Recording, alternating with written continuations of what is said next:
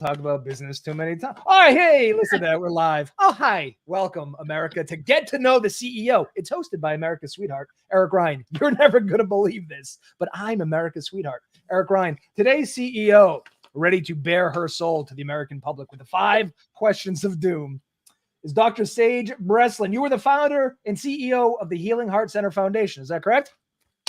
I am, but probably better known for the founder and CEO of Sage Wisdom Institute. The foundation is our foundational or charitable arm. I gotcha. So here's, forgive me for being wrong, but your LinkedIn is very impressive. You have a lot going on. I wasn't sure what to choose. It was you're prolific in many ways, which we can talk about later in the last 2 minutes of the show, because this show is not about business. This is about the 5 questions of doom, which are your 3 favorite bands, your 3 favorite movies, your 3 favorite books, your death row meal, and your favorite quote. Oh, quote, by the way, I would have quoted Nietzsche too. Nobody's ever quoted Nietzsche in their favorite quote, which offends me to my soul because I look, he's right. There he is. Hey, look at him in his big, beautiful mustache. Okay, but we'll get to that when we get to that. First of all, let's start with your 3 favorite bands. Number 1, Van Halen. I know this is, I'm interviewing you, but I don't want to get too deep right off the bat here. But Eddie Van Halen is a musical genius, and I don't think he gets the credit he deserves. I watched, in doing research for this episode, a little thing MTV did where they went to his studio. He's got pieces of guitar everywhere. From the time when he got into guitars, he was taking them apart, putting them back together, figuring things out. He had this great line, and he goes, "It's not music fact. It's music theory, not music fact. There are no rules."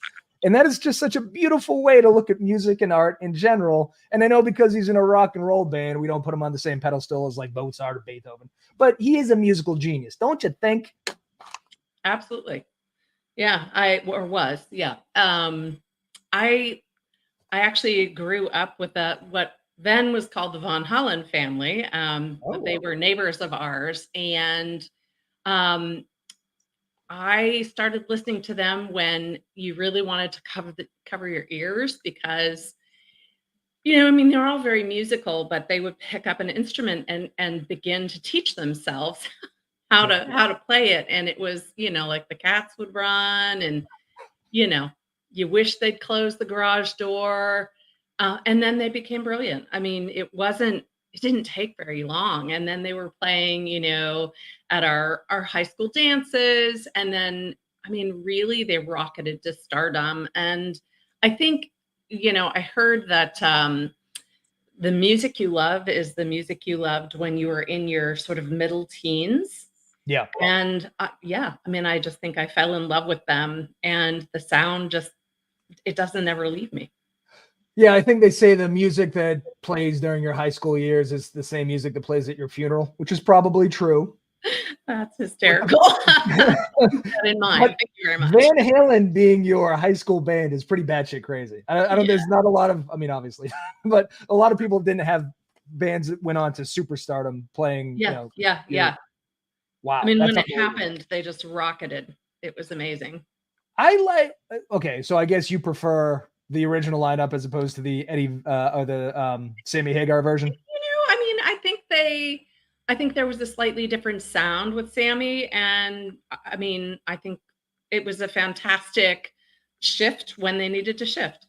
Yeah, I like Van Halen a lot. I think I prefer Van Hagar only. Well, I wouldn't say only, partly because I find David Lee Roth to be the most annoying person on the planet. While he is so obnoxious.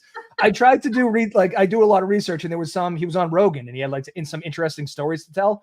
Yeah. I can't listen to him. He's awful. I'm sure some people feel that about me, but the guy, he is just so obnoxious. So I'm shocked they made as many albums with him as they did. And they're famous too for the whole Brown Eminem rider thing, about that. But that's genius because it wasn't the point that they wanted the Brown M&Ms gone. It was that you were reading the rider and paying attention to it. So musical geniuses, practical geniuses. I would say, so one of the things I ask people is I ask who they think the greatest American rock and roll band is. I'm convinced it's Aerosmith, but again, I'm from Massachusetts. My argument is 3 decades of relevance, hit after hit after hit. They could play for 3 hours. You'd know every song. I think Van Halen is a reasonable argument. I think you can put them up again. I still think Aerosmith wins, but I think they're right there. Right up there. All right, number 2. I know this is an album or a single cover. I found this picture of Styx to be this is what rock and roll bands look like in the 70s, and I find that to be hilarious. Why Styx? I think that they were a much more theatrical band. Yes. So listening to them, off an album is one thing, but to really be in the presence of the theater that they would produce in a live concert was really magnificent. There's definitely a musical theater aspect to them. Like I was born in 1980, so by 80 they were kind of they're the 70s. Well, first of all, they were the first band to have 4 consecutive albums that went multi-platinum, which is I would have never guessed. Gun to my head in a million years. I would have also, if I had a gun to my head and you said, "Where's this band from?" I would have been convinced it was Canada. I just think they have a Canadian sensibility. The fact that they're from Chicago blows my goddamn mind. Yeah, but I think my mind as well, because if you were to see them, to go to a concert, you might have thought definitely the UK. Yeah, because it doesn't have that hard-edged rock and roll that American rock music tends to have. And they're very musical theater-ish. Like I watched the Mr. Roboto video. That thing is completely unhinged. There's nothing normal about the lyrics. How somebody who wrote that song went to the rest of the band and goes, "You got to hear this." And then the rest of them like, "Yeah, let's do it." It's batshit crazy. And some people too, like the criticism of them being too theatrical. They were like, "Well, Pink Floyd's theatrical." I don't think they're theatrical in the same way. Yeah, no, not in the same way. No, agreed. Come Sail Away, I think it's a little bit overplayed, but it's I would fast forward on that too. So that was my question. You're going deep? You're not doing the hits. You're as a Styx fan. You're going to B-sides. I would say listen to the whole album and find your personal favorites based on whatever going through at the time, right? Yeah.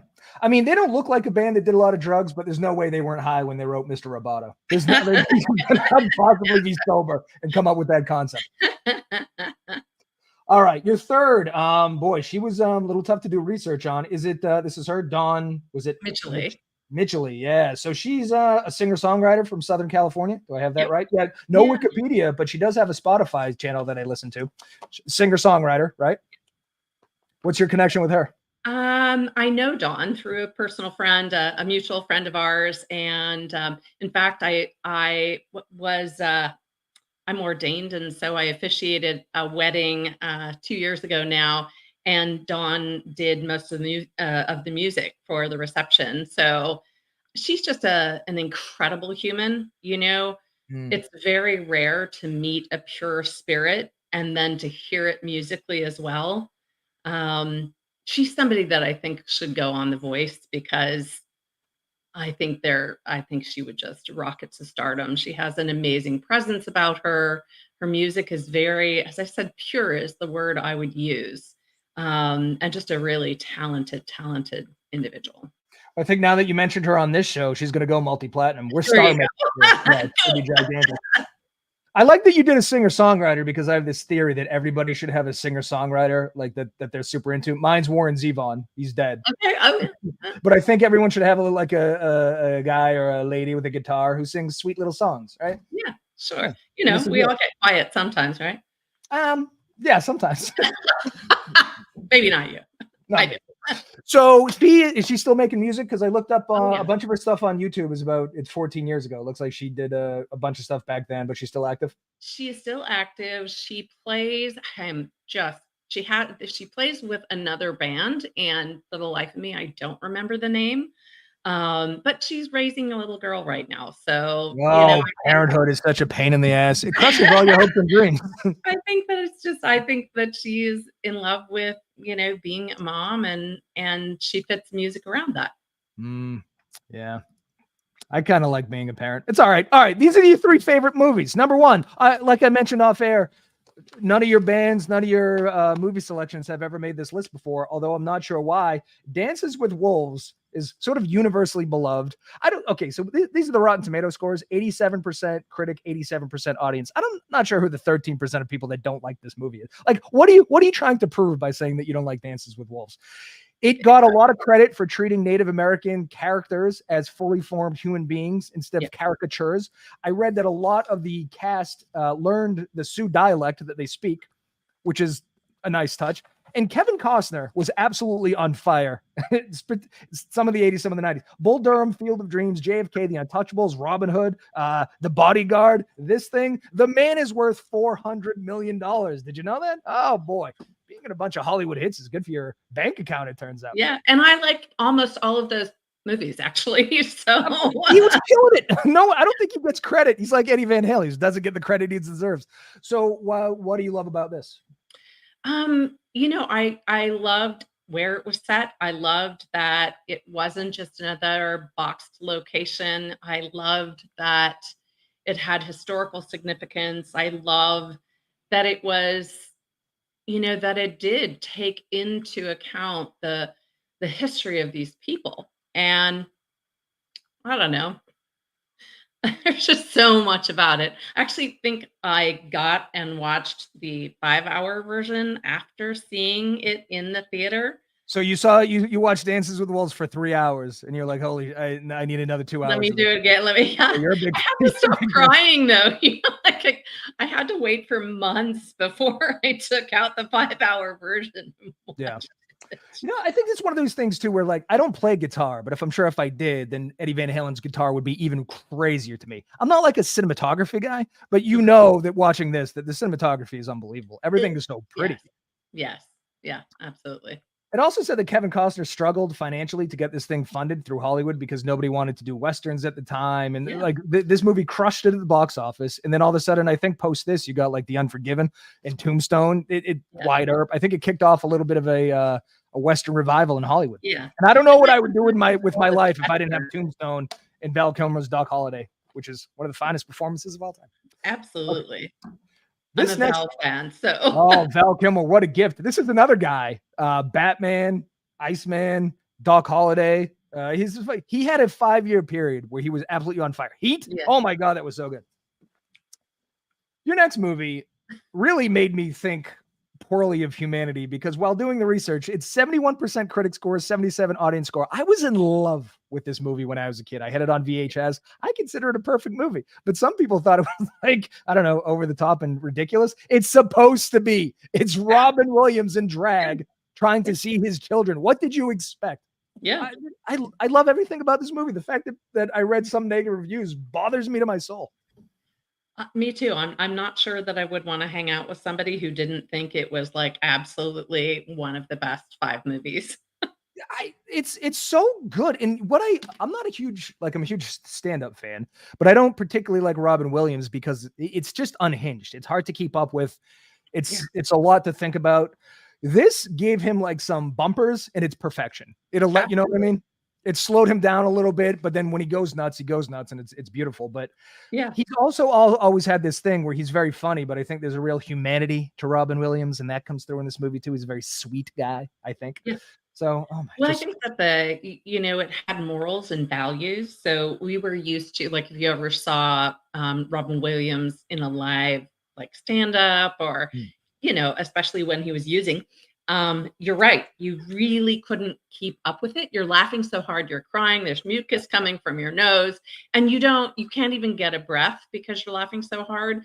This, I feel like, you picked some good terms. Like, it put some bumpers around him. It gave him a role that he could slide into, and he could be, he could offer up some stuff to the world that wasn't so unhinged. Right. It was funny. It was classic. It was endearing.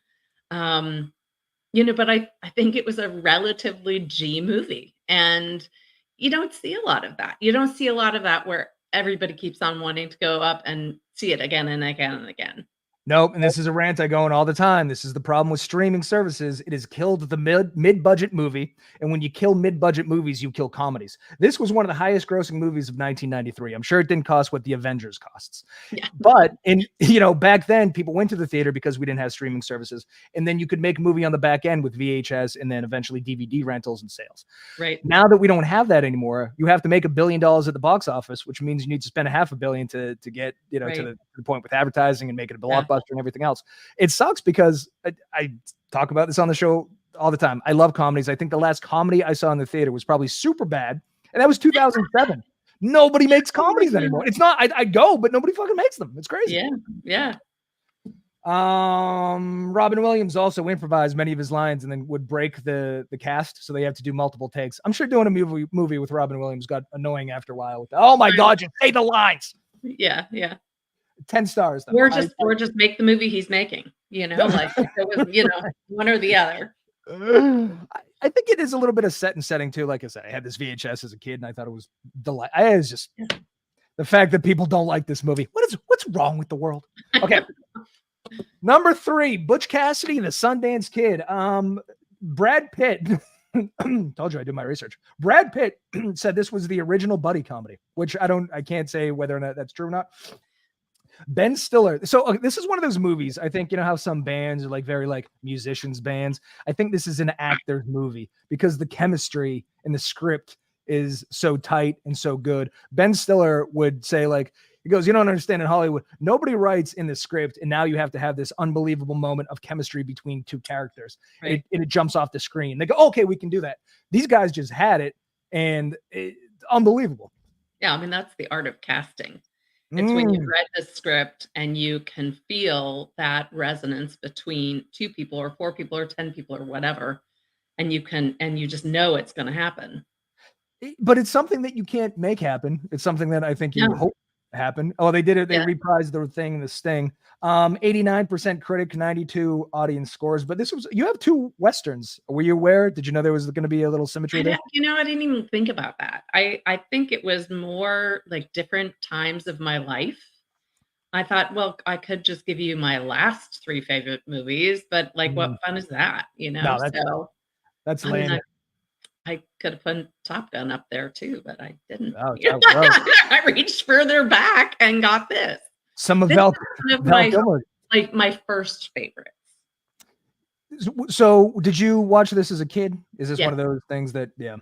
I think just like people don't talk about this in terms of movies, but I think it's true. Just like with music, movies mean a lot, or, they used to kids. Like I watched Total Recall. I was a huge Arnold Schwarzenegger guy. I've watched Total Recall 500 times.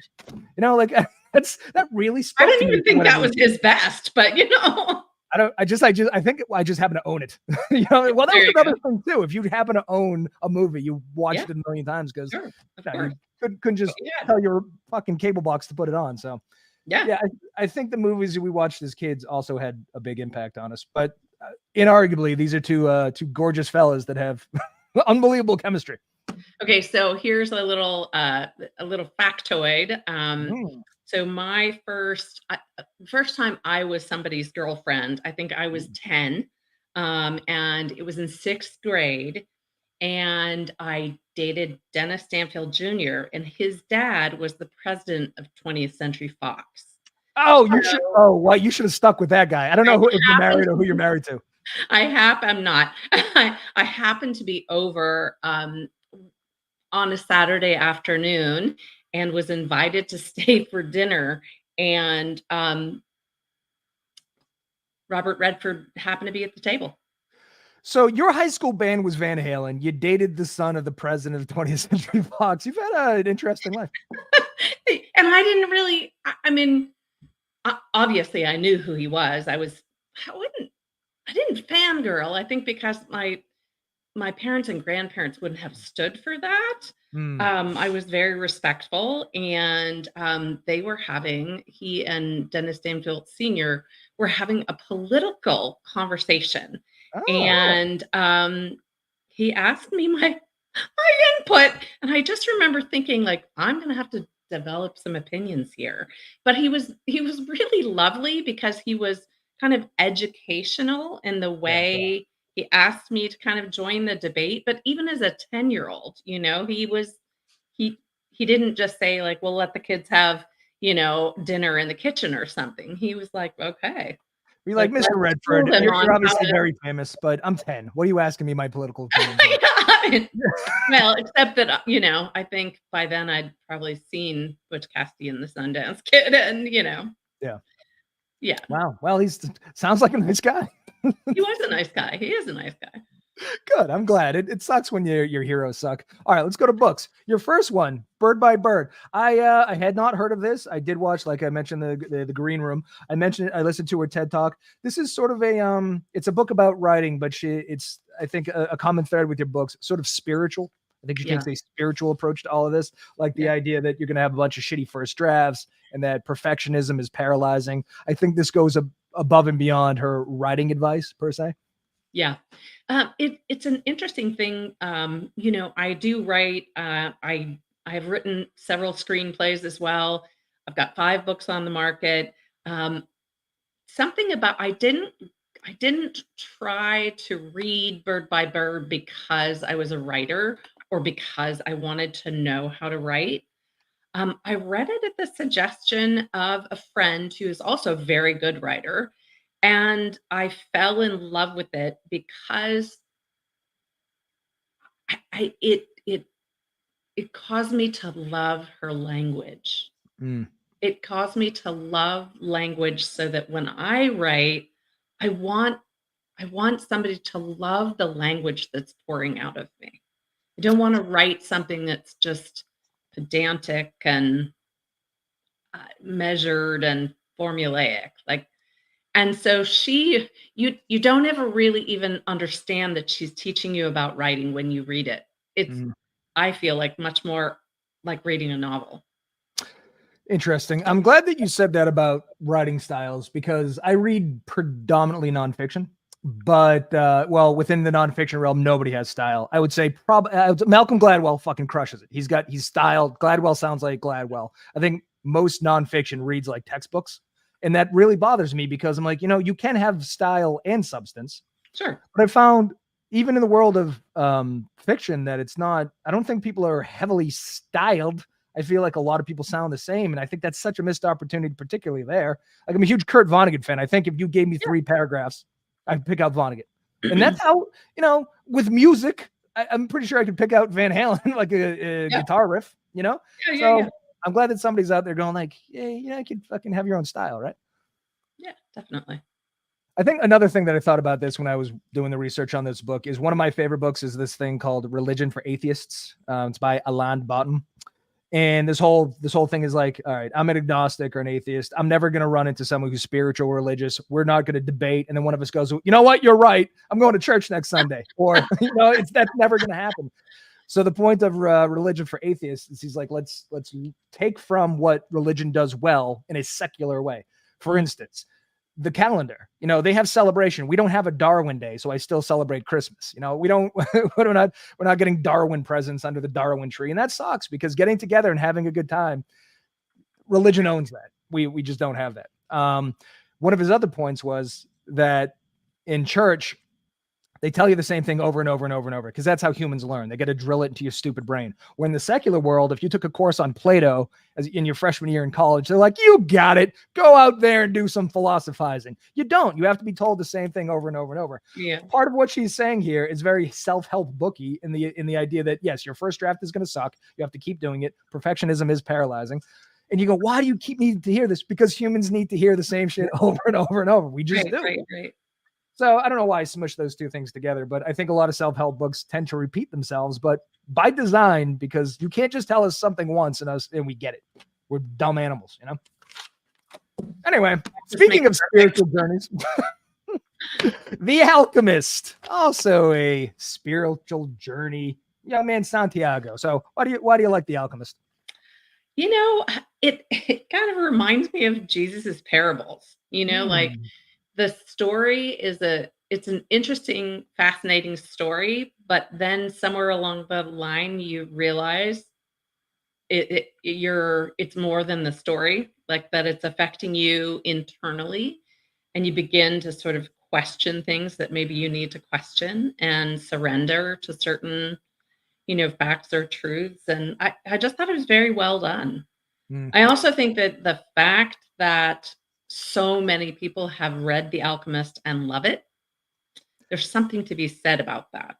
Yeah, it's sort of sometimes I like being on the outside. Usually I do. In this case, I didn't. I read it. I did not like it. But 150 million copies sold. For perspective, your next book, Eat, Pray, Love, which Oprah devoted 2 episodes to, it was a cultural phenomenon. They made a movie with Julia Roberts as it, sold 12 million copies. Yeah. Try to wrap your head around 150 million for this and 12 million for a cultural phenomenon that Oprah and Julia Roberts got behind. That's insanity. Yeah.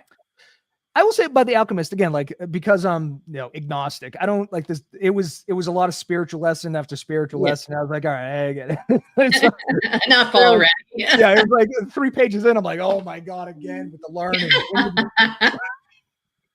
But I understand why it would speak to some people's souls. Mine's just, black and dead. Let's go to this. Okay. I've never read Eat, Pray, Love, and I sort of wrote it off as chick lit, which I think it is to some degree, but I think it's deeper. This got me thinking down a path. Okay, it could be criticized as a book predominantly for and by a woman, correct? But then I got to thinking, it never enters the cultural zeitgeist? A book for and by men.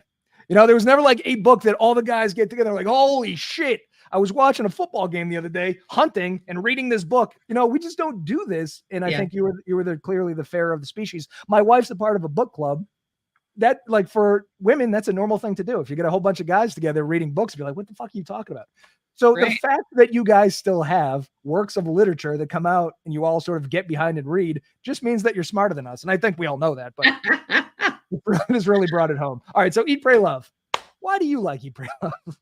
So, funny enough, I'm going to go right back to ANYWHOM. Elizabeth Gilbert is an exquisite writer. Her language it takes you immediately to where she is emotionally. And it's so rich that there's not too much left to guesswork. Now, that being said, and I'm a Julia Roberts fan, this did not parlay, in my opinion, as a movie. I watched the movie and I forced myself to watch it all the way to the end, which is sad because I love movies. But really, at the end of the day, I don't think maybe anybody other than Gilbert herself could have brought to life the words on the page. So, and I'll just give one little example. She is talking about a character who is so, she's fallen so hard through some grief and into depression that she describes depression as almost like a living being. She talks about laying in the bed with her depression, laying on the floor with her depression. And you can sort of feel this, I made a man in my, ideas, but it's almost like this man is like curled around her, embracing her in the bed. Interesting. That's how rich the language is in the way that it helps you be there and really appreciate the devastation that she's experiencing. And she's desperately trying to get out of it. But I just, I loved it. And I've seen her interviewed. I follow her on Instagram. I mean, she's just, I would probably consume anything that she wrote. I did watch a couple of interview snippets with her and Oprah. I found her to be delightful. Okay, I'll say this about America in the book thing. I think Eat, Pray, Love is a book, but you know what the internet thinks it is? It thinks it's a movie, because every time you go like Eat, Pray, Love reviews or on YouTube, it was like the movie took over, which I find very bizarre because it's a memoir. You figure memoir at its core is always going to be literature, but no. That movie, I guess, evidently was huge. She's also interesting because she ends up divorcing the guy that she meets in the book and then falling in love with her best friend, who's a woman. She has a terminal illness, right? Then she dies, and now she's married to a man before again. So Elizabeth Gilbert, very open to new experiences, I would say. India, Bali, Italy, sexual preference. This is what's important in the world. You got to be open to experiences, right? Sure. Yeah, but again, just 12 million copies. I don't know what that's a lot. Don't get me wrong, but there's 300 million Americans, and I feel like every woman on the planet read this. I don't know. Numbers, man. They're tough to wrap your head around. Okay, let's go to your death row meal.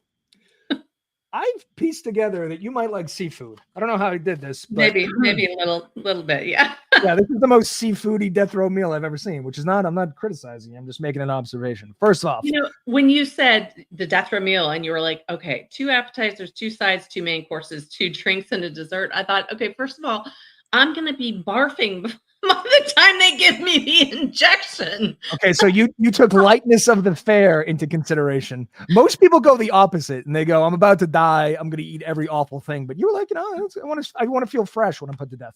Well, no, I mean, I was just thinking, what if it was the last time I could eat something? Yeah. Okay. So these are still legitimately, they're not just strategic picks. This is also, okay. That would be good. If I ate all of this, I'd be sick. So I'd have maybe one bite of everything. Yeah. Here's the great news. You don't have to worry about being sick because you're about to be murdered by the state. I'm not going to be cleaning it up. No, you're fine. All right. So first of all, shrimp cocktails. It's one of the most opulent. The weird thing about shrimp cocktail is it's everywhere, but it's still fancy. I think because it comes in a cocktail glass. They really crushed it with the presentation. Did you know that it came out of ceviche? But I mean, there's something, I don't know.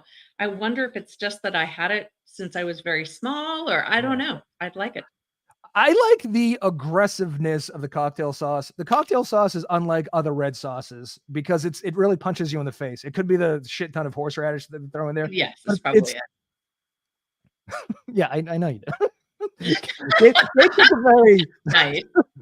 Yeah, he was mad at the people that were going to put him to death. So God. He has a grudge against the murderers. All right, so shrimp cocktail. Did you know it was born of prohibition? They started making, they couldn't do regular cocktails anymore, so they started getting cute with other cocktails. I think part of it is they had a shit ton of martini glasses that they couldn't use. Right, they needed to use them somehow. Yeah, you know what hangs off the side of a cocktail glass? Shrimp. Shrimp. Oh my God, shrimp cocktail is so good. This is an inflation problem now, though. Shrimp cocktail seems to have no ceiling to what they can charge for these things. Right, unless you're in Vegas, and then you can still get it for like $5. Yeah, but then speaking of death, right? Your landlocked desert, you can get unlimited shrimp. Yeah, I know. Yeah. Speaking of things you should never get in Las Vegas or gas stations, second, you're going with the sashimi. Very light, very Japanese, delightful. I'm a fan. Do you go wasabi and soy sauce? You're going straight. Yeah, I like wasabi and soy sauce. I like things I like lemon, obviously. Like almost everything that I wanted had lemon on it. And I like it sometimes. I don't like a spicy tuna or any of that, but I like it if they do a small slice of, jalapeno or something like that. So I take liberty at the Japanese spicy, because if you go to a sushi place and order spicy tuna, that shit is not spicy. It's not. I'm not trying to be like, I can handle heat. Yeah, stop calling that. Come up with a new word. It's not spicy. It offends my sensibilities. But so far, your meal is great. Then you go on to lobster. You didn't specify the preparation, so I just went with classic boiled lemon. I mean, how can you argue with this? My only point of contention with the lobster, and I'm from Massachusetts, so we eat a lot of these things. I bleed sometimes trying to crack it open. They're very pointy. Yeah. Can we genetically engineer lobsters? Maybe we need gloves or something. I don't need the bib, I need the gloves. The bib is too much, but trying to crack the knuckles, I always get poked. It annoys me. I don't like to bleed when I'm eating, but lobster in butter is one of the greatest. It's so simple. Yeah. And it's so perfect. And again, when doing the research, like, well, prisoners used to eat it. I can understand how if you were served the same thing every day, if you were served steak every day for the rest of your life, you get sick of it. But that was a good prison that served too much lobster. Right. How do you feel about the lobster roll? Are you a fan of the lobster roll? I'm not. What? Well, look, I like sashimi. I would rather have sashimi than sushi. So kind of the same, goes along the same pattern.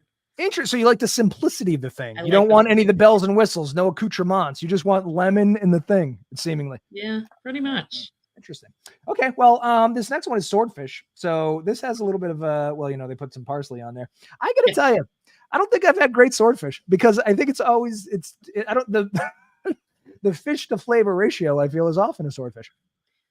My grandmother used to make it for Sunday night dinner. Okay, how did she prepare it? Well, I think with most fish, she would.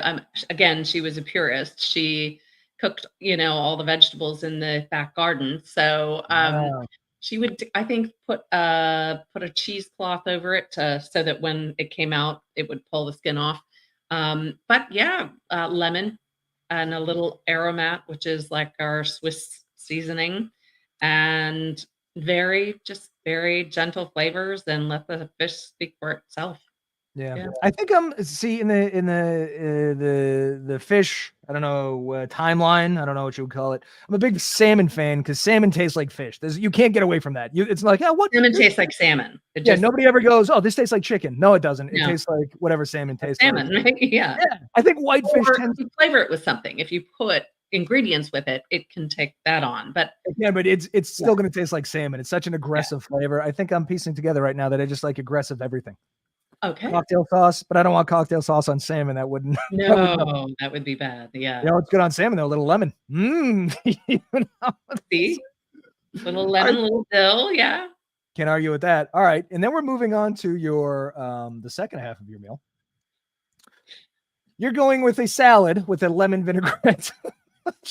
I didn't realize how much lemony was in this until we're talking about it right now. You're finally getting it, right? What I really like is lemon. I think you like lemon. I think you're into citrus, if I had to guess. But a lemon vinaigrette is very hard to argue with. It's one of the finer, and it's not readily available. Like if you go to any shitty restaurant, no one says lemon vinaigrette. It's like a balsamic, but lemon is fucking great. I have friends who have asked me to bottle mine. Oh, so say for Christmas, could I two ways. If they're local, they'll say, could you just give me a bottle of your lemon vinaigrette? Or they'll say, when you die, would you please give me the recipe? Are you holding the recipe hostage? Not really. I mean, okay, well, what's in your lemon vinaigrette? I'm going to take some notes. Lemon, I bet. So yeah, lemon and oil. And I do the half and half. If I make it a glass jar, I do my lemon first, and then I do oil almost to half. Wow. So almost in the same ratio. Okay. And then again, with aromat, it's a Swiss seasoning. You can get it at some of the, like UK stores and things like that. Then I do Dijon mustard. You have to have something that binds it, right? You need because it helps. Yeah. And I do a little people are going to laugh, a little bit of ketchup. Ketchup. Yeah, I do dill, a little bit of basil, a little bit of tarragon, pepper. And then this one is like, if I'm going to use it right away, I might add a tiny bit of half and half or heavy cream. Oh my God. This is a wild. My aunt would add a raw egg. And then you shake it up like, but you get your workout shaking it up. Yeah. And it's really incredible. I mean, I would call lemon dressing because I don't add vinegar to it, which, that's a good point. Yeah, but in this case, the lemon is acting as the acid. So I think in spirit, it's a vinaigrette. Yeah. The emulsifier, the Dijon mustard. There you go. Yeah. I was looking for that word. I couldn't find it. I drink a lot. This is I'm sure you don't write the recipe down, so you don't know the exact how much ketchup and half egg. I did though one time. So I have a recipe card that that has all the measurements. I'd have to make it again, buy the card just to make sure it's on the mark. Yeah. But for me, it's, I guess, I'm this old, right? I've been making it since I was about, I don't know. It's in your soul. It is in my soul. Are the dill, basil, tarragon, and is that fresh? No, I use them out of the spice cabinet. Yeah. Use it dried? Oh, okay. Well, that makes it a lot more approachable because if I had to hunt these things down, listen, in California, a bottle of this would probably cost you $200, I think. Given all these. Yeah, maybe it'd be on the $15.99 realm, right? That's a little pricey. Tarragon, fresh tarragon. Where am I going to find that? The mountains of somewhere. And my aunt would have said, so my aunt was the one who I think started it. I mean, I'm sure my grandmother started it, but Mm. my aunt was the one who would like pull everything out of the spice cabinet and where I was watching. And I said, which of these sort of green things? And she said, just all the greens. Just bring everything green out of the spice cabinet. Wow. That's good advice. See, this is another thing I lament. It's the death of the mid-budget comedy, the mid-budget movie, and the death of grandmothers making salad dressing. My grandmother's pulled a fucking jar out of the cat. You know what I mean? It's like, go in the refrigerator. We got French, we got ranch. You know, it's just they don't make them like they used to. You know? Yeah, Sad. you know, I mean, Thanksgiving dinner, I'm not pulling the ranch out, but on any other day, you know, it's probably at least 4 of my children like ranch dressing. The other one was a Caesar fan. So, but Well, not they're all any they're all Caesar. they're all So, the creamy family. except that I will say if I put this out, they'll use it. At least half of them will use it. I think we get married to convenience. That's what's killing things, is that you're like, oh, why am I going to make this when I could make that? And then suddenly all of a sudden you forget the recipe, and then you don't have it in your head anymore. And then everybody's eating Thousand Island for the rest of their All life. goes to hell in a handbasket. That's true. It's true. It's absolutely true. All right. Well, that was, we spent a lot of time on the salad, which is nice. Then you're going potatoes au gratin. I have a theory about potatoes. I did 23andMe, and I'm something like 83% Irish, genetically speaking. I'm American, don't get me wrong. I don't think the Irish, because they're known for potatoes, did the most with potatoes. You know, Americans, we did loaded baked potatoes. Yeah, the French, the Russians turn it into booze. Like, I just There you go. Like the Irish, like, yeah, we'll put some butter on it, which is fine. But I think a lot of cultures elevated the root vegetable. The French are one of them. Yeah. I'm a European mutt, so I mean, I can tell where the lineage is closely, like in my nuclear family. But then you go further back and you realize, like, oh, got it. It's really like French and Irish, and I mean, but the potatoes ground. It was interesting when you asked sides. I really that actually stumped me a bit. I mean, I could say like, oh, fresh vegetables or asparagus but I really thought, okay, I don't want to I'm not a mashed potato or not even yeah. No, but this was, again, I think my grandmother probably made this when I was little, and it was like the fancy version, right? I mean, new potatoes with a little butter and herbs would be how she would have put it together. But every once in a while, she would make something like this, and it would stick with me because it was special.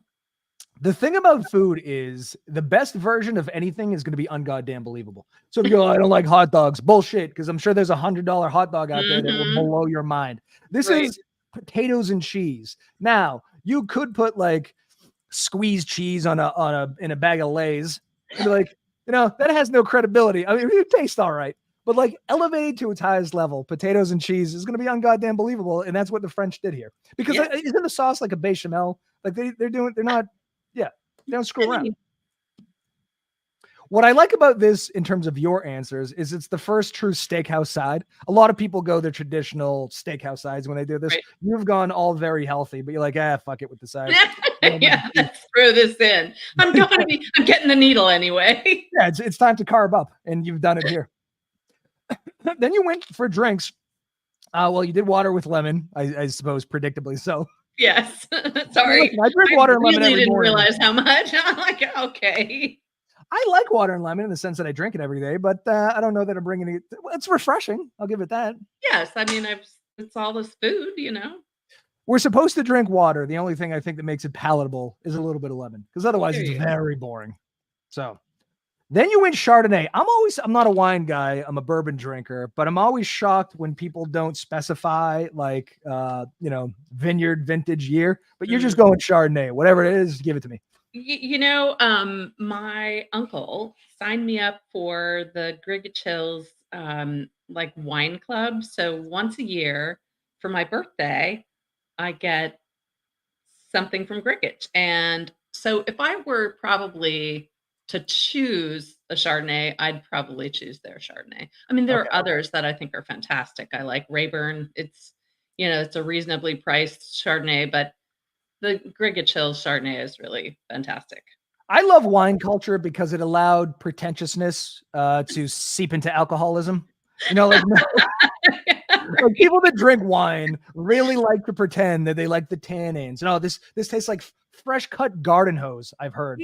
No, I'm not making that up. Somebody was like, "Oh, little cat urine," and I'm like, "Yeah, you know what you like to do is get drunk, but you like to do it in a setting where you pretend that that's not the end goal. You know? It's still alcohol. It's still alcohol. Right. It's rotting grape juice that makes you feel funny, but you feel better about yourself if you allow a little pretension into it, which is, I'm not a wine drinker, but I appreciate that because that spilled over to things like bourbon. And now I can do that too. I just like getting smashed. But then I go, oh, this tastes like a leather couch. And everyone goes, oh, how interesting. Yes. Yeah. Very My granny gave me moonshine when I was about 4 or 5, and it turned me off pretty much all hard liquor. I mean, I, sure, in my 20s and stuff would have a, something here or there, but I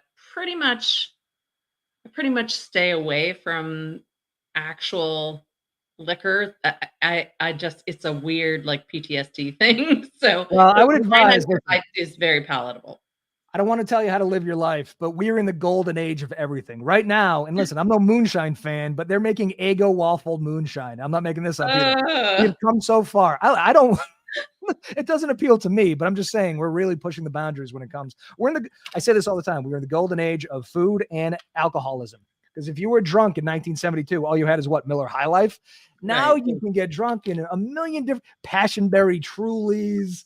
And oh God, it's just it's an unbelievable time to be alive. Yeah. Speaking of which, this dessert, this is was this close? A berry tart. This is what the first image that came up in Google. It's beautiful. Yeah, I like the fruit on top. I'm not a huge fan of the custard goo. Yeah, I don't. I would say low, like a low level of that. If I'm gonna make a tart, it's gonna have just enough to stick it on the crust. Okay, so you want a heavier fruit to goo ratio. Yes. I agree with you. This crust, I think this is a French dessert. My only critique to the French would be you should make that a graham cracker crust because graham cracker crust is so good. Are you talking cheesecake, pal? So. Oh, I'm telling that's you. the difference. Okay, you want a cheesecake? Okay. Yeah, I'm telling you, as soon as we invented graham cracker crust, all the other crusts should have retired. And just so what we're doing now moving forward is it's only going to be graham cracker crust. I think, you know what, I'm going to perfect this. I'm going to make an American version of this. Okay. You got to send it to me. I will. All right, you send me some vinaigrette and I'll send you my we'll do that. My American tart. Do you make these? Is this a thing that, or your grandmother? You seem to have a lot of. My great grandmother, before she passed away in England, actually taught me how to do it. So I can do it. I don't do it very often. I mean, it's just me now and a dog and 3 cats, and none of them are allowed to eat. So, not this kind of stuff. So I'll have to, maybe once I rebuild my tribe here on the East Coast, I'll. Oh, you're on the East Coast now. Yeah.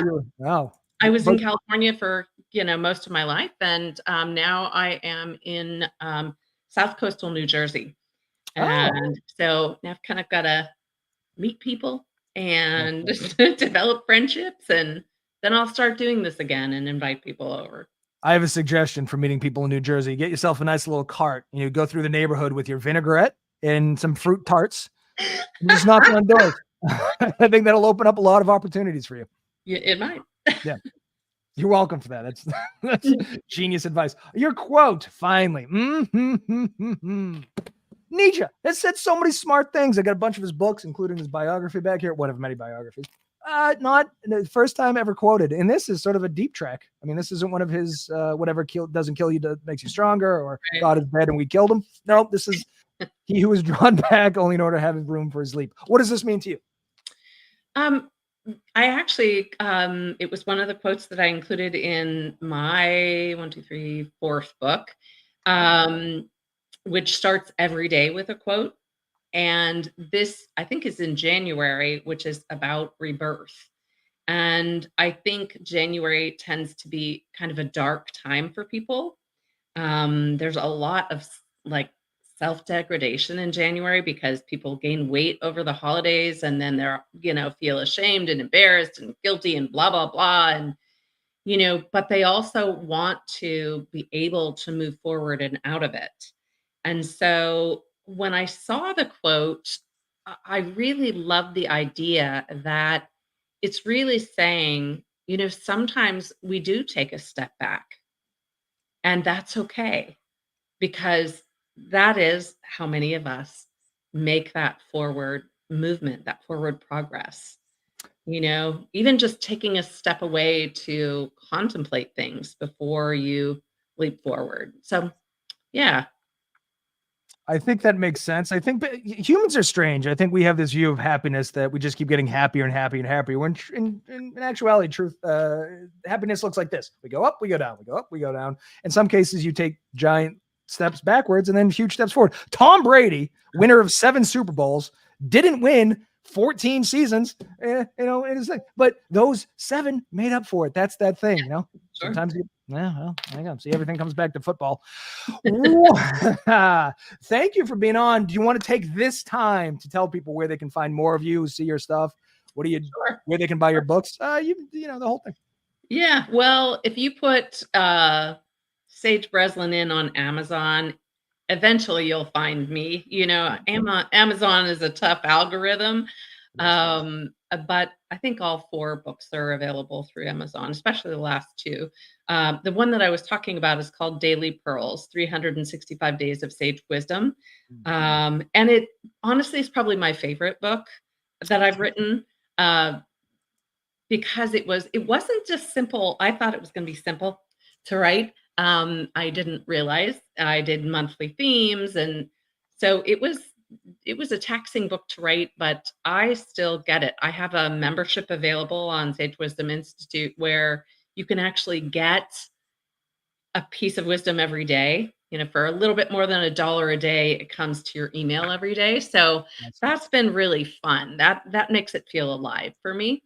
So sagewisdominstitute.com is my membership site. It's where you can buy my courses and the inspirational memberships. Then sagebreslin.com is my sort of larger website that talks about most of what I do. And very soon, the rosesystem.com will come to life. The Rose System is my newest venture. So it's going to have a website just of its own. So people can go get what they need and, get her done rather than having to hunt through the rest of the site and blogs and all that. I told you in the audience at the top of the show, you were prolific. You got a lot of things going on. So I think this bears that out. Did you have a good time on the show? Let me ask you this before we answer. I know you've done a lot of these kind of things. Have you ever given out a salad dressing recipe before? I never have. No, not live and not on a podcast. So, well, which just goes to show you how unbelievable the show is. The things you learn about Butch Cassidy and the Sundance Kid, Eat, Pray, Love, stuff to put on lettuce. I mean, what more can I do for the American public? Well, and I would say, I was thinking about it when you sent me the instructions, and I thought, okay, this is interesting. And as I was doing it, I thought, well, what's the hardest thing to do when you're going to hire a psychologist or a coach? Yeah. Well, if you are going to bare your soul to that person, if you are going to entrust them to reconfigure you internally, you want to know that they're trustworthy. You want to know a lot about them before you dive into that. And I thought, damn, Skippy, man, you did it. Yeah. People don't think this is about business. I think it's sneaky about business because they always say we do business with those we know, like, and trust. Yeah. And if all you do is ask businessy questions and they give you the rote memorized answers that they've given 100 people before, you're talking to an automaton. You're not getting anything. And and I think the things you like, the things that speak to your soul, usually they include things like entertainment and food and literature. Yeah, that opens up, you get to know them a little bit better, Yeah, definitely. Thank you. Right. It was a great experience. Thank you for coming on. I'm going to log off the live, but if you want to stick around for a couple minutes in the green room, we can chat. Anyway, I'll be back tomorrow, America, or maybe Wednesday. I don't know. I'm horribly disorganized. Anyway, thanks for being here.